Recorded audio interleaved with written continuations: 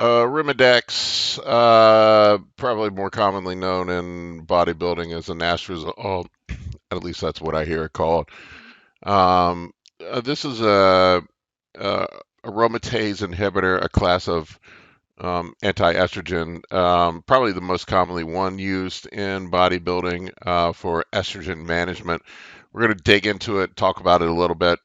And before I get into it, please like the video, subscribe to my channel. I'm putting a lot of videos up. Not that many people are subscribing. I get a ton of people watching, but not many subscribe.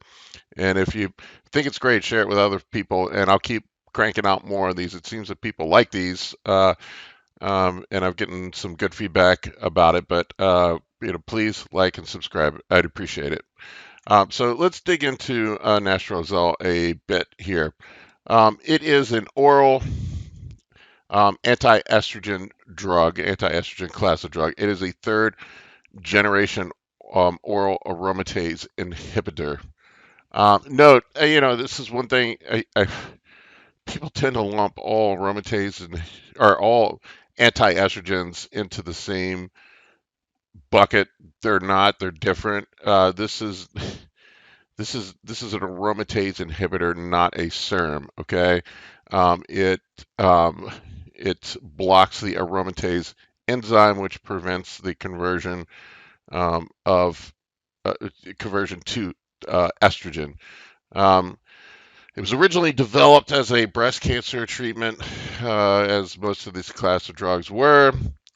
Breast cancer growth tend to be exacerbated by estrogen. Um, Studies have shown that a dose of 1 milligram per day reduces estrogen by about 80%. So this is not going to crush your estrogen the same way that letrozole will, but it's pretty strong. Um, it was approved for human use in 1995 as an adjunct therapy for breast cancer treatment. I think, at that time, the common treatment was using this with tamoxifen. Now I believe it's letrozole as the go-to. Um, anastrozole is still used some, but letrozole is more effective from what I understand. Okay, so effects of anastrozole. It blocks the aromatase enzyme from converting testosterone into estrogen or just the conversion of estrogen, period.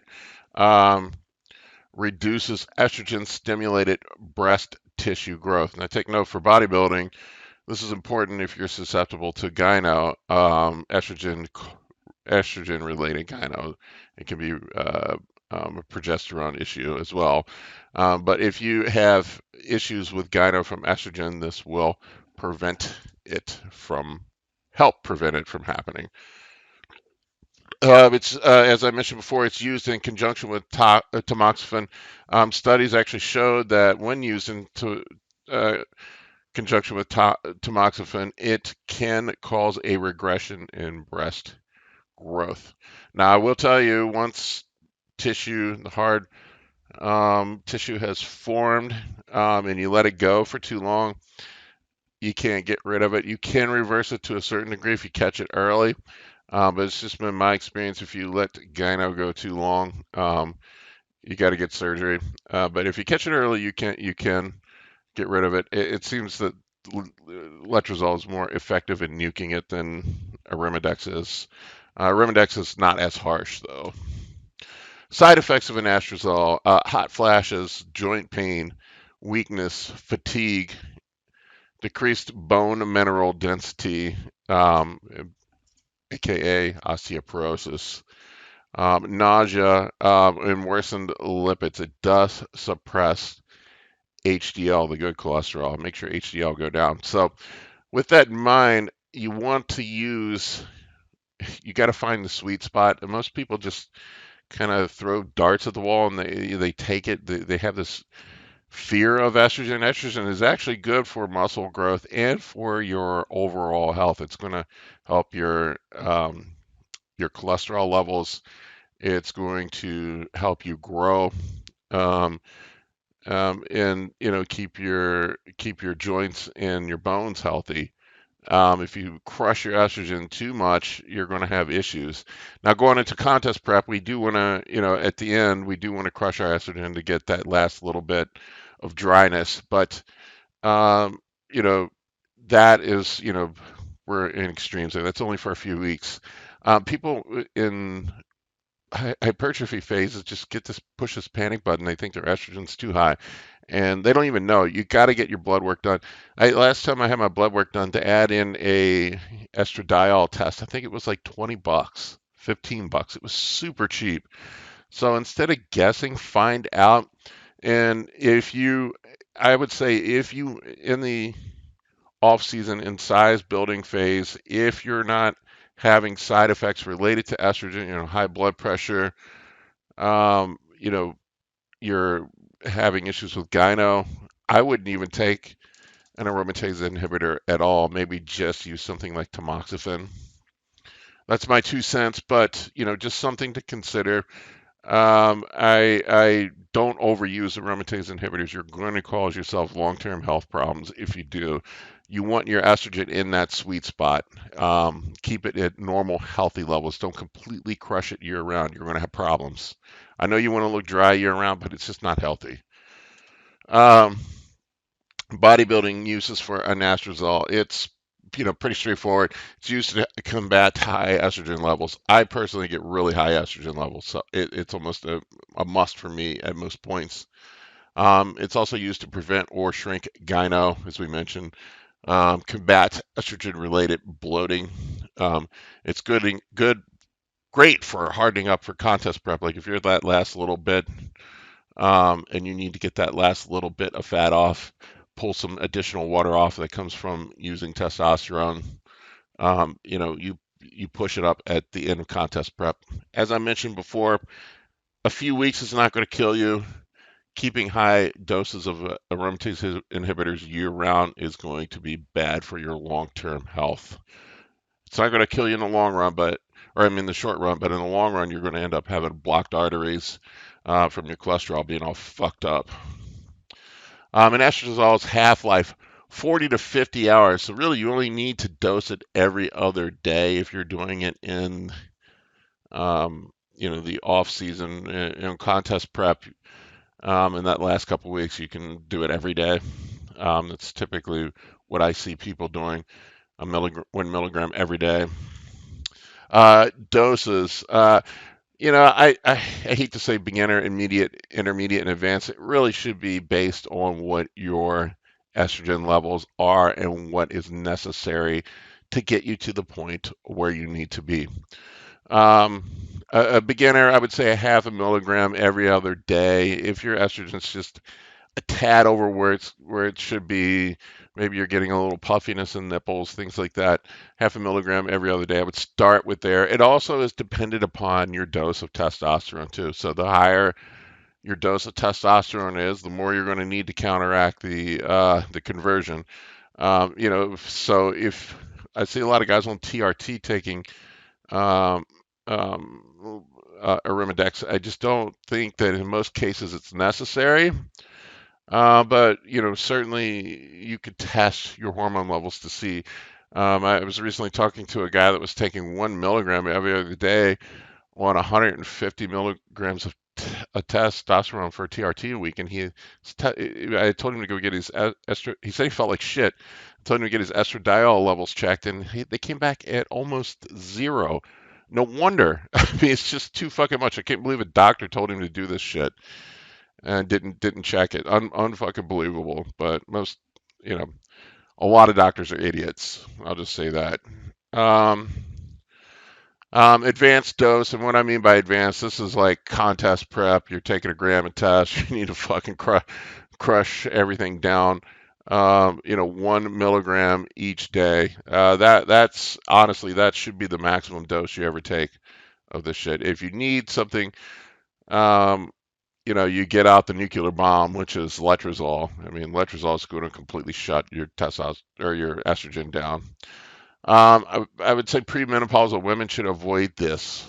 I know women using it in contest prep. I'm not saying don't, but I would just think it's pretty terrible for your long-term health, especially if you want to have kids, if you want to not have osteoporosis when you're older. It's probably awful for women to use more than just at the last couple bits of contest prep. Obviously, if you're fighting with breast cancer, it's a different situation. There are trade-offs. A little bit of osteoporosis is better better than fucking dying of cancer. But once again, it's always a scale with these things. What the desired outcome, if it's worth the cost. Not dying of cancer is worth the cost. My experience, like I said, my estrogen always runs high, like crazy high. I've had it up to like 180, 200 before. I don't know why I'm such a heavy converter. Even when I'm lean, I seem to aromatize heavily. Um, my experience with anastrozole, I don't get a lot of side effects with it. It will make me feel a little lethargic. Um, but it does bring my estrogen down without feeling like shit. Letrozole makes me feel like I got hit by a goddamn Mack truck. I hate fucking letrozole. It is effective. Great for drying out for the last couple of weeks of contest prep, but I prefer exemestane or if I need to go something a little more powerful, anastrozole, or just using tamoxifen by itself if I can get away with it. Um, it's definitely easier on my body than letrozole. So it does negatively affect my cholesterol if I push it too hard. If I keep really the cholesterol I have noticed is not so much how much of this I'm taking, but where my estradiol levels are at. If I'm in a good range, a good healthy range, my cholesterol stays healthy. Um, Very minimal sides for me. I don't run an AI in the off season unless I need one. A lot of times I'll just have tamoxifen. I've had so much trouble with gynecomastia over the years, even after having surgery. I know I had some asshole message me saying you can't get gyno again after you had surgery. Wrong, dude. I had it. Maybe my surgeon sucked. I don't know, but so don't think that you can't get gyno again after you've had surgery. I did twice. Um, 1 milligram per day really drives me out and pushes my estradiol down pretty low. So just keep that in mind. And an important note here, super important note, it does not work with non-aromatizing steroids. Some people say anti-estrogen, I'm going to stop estrogen. So I, you know, so for example, Anadrol has some sort of direct effect on the estrogen receptor, but yet it doesn't aromatize. It's not going to do shit for you if you're taking Anadrol and you're trying to combat it. I got gyno the first time using Anadrol, so it's not going to help you with tren either. Okay, not going to tren doesn't aromatize, so it's not going to do fuck all for you with tren if you get gyno from tren. So just keep that in mind. If you're trying to stop gyno with tren or Anadrol and you're taking an anastrozole, you're wasting your time. Thank you for watching my video. Please like and subscribe. As I mentioned before, I'm going to keep pounding that home. I'm trying to build this channel up. And feel free to ask questions in the comments section. I love answering questions. I like helping people out. A lot of the reason I'm doing this is harm reduction. I think people don't know what the fuck they're doing and end up doing more damage. Hopefully, a little bit of information will help you be safer with this stuff. If there are other videos on PEDs you would like me to make, please let me know. And follow me on Instagram at Paul K. Barnett. Have a great day.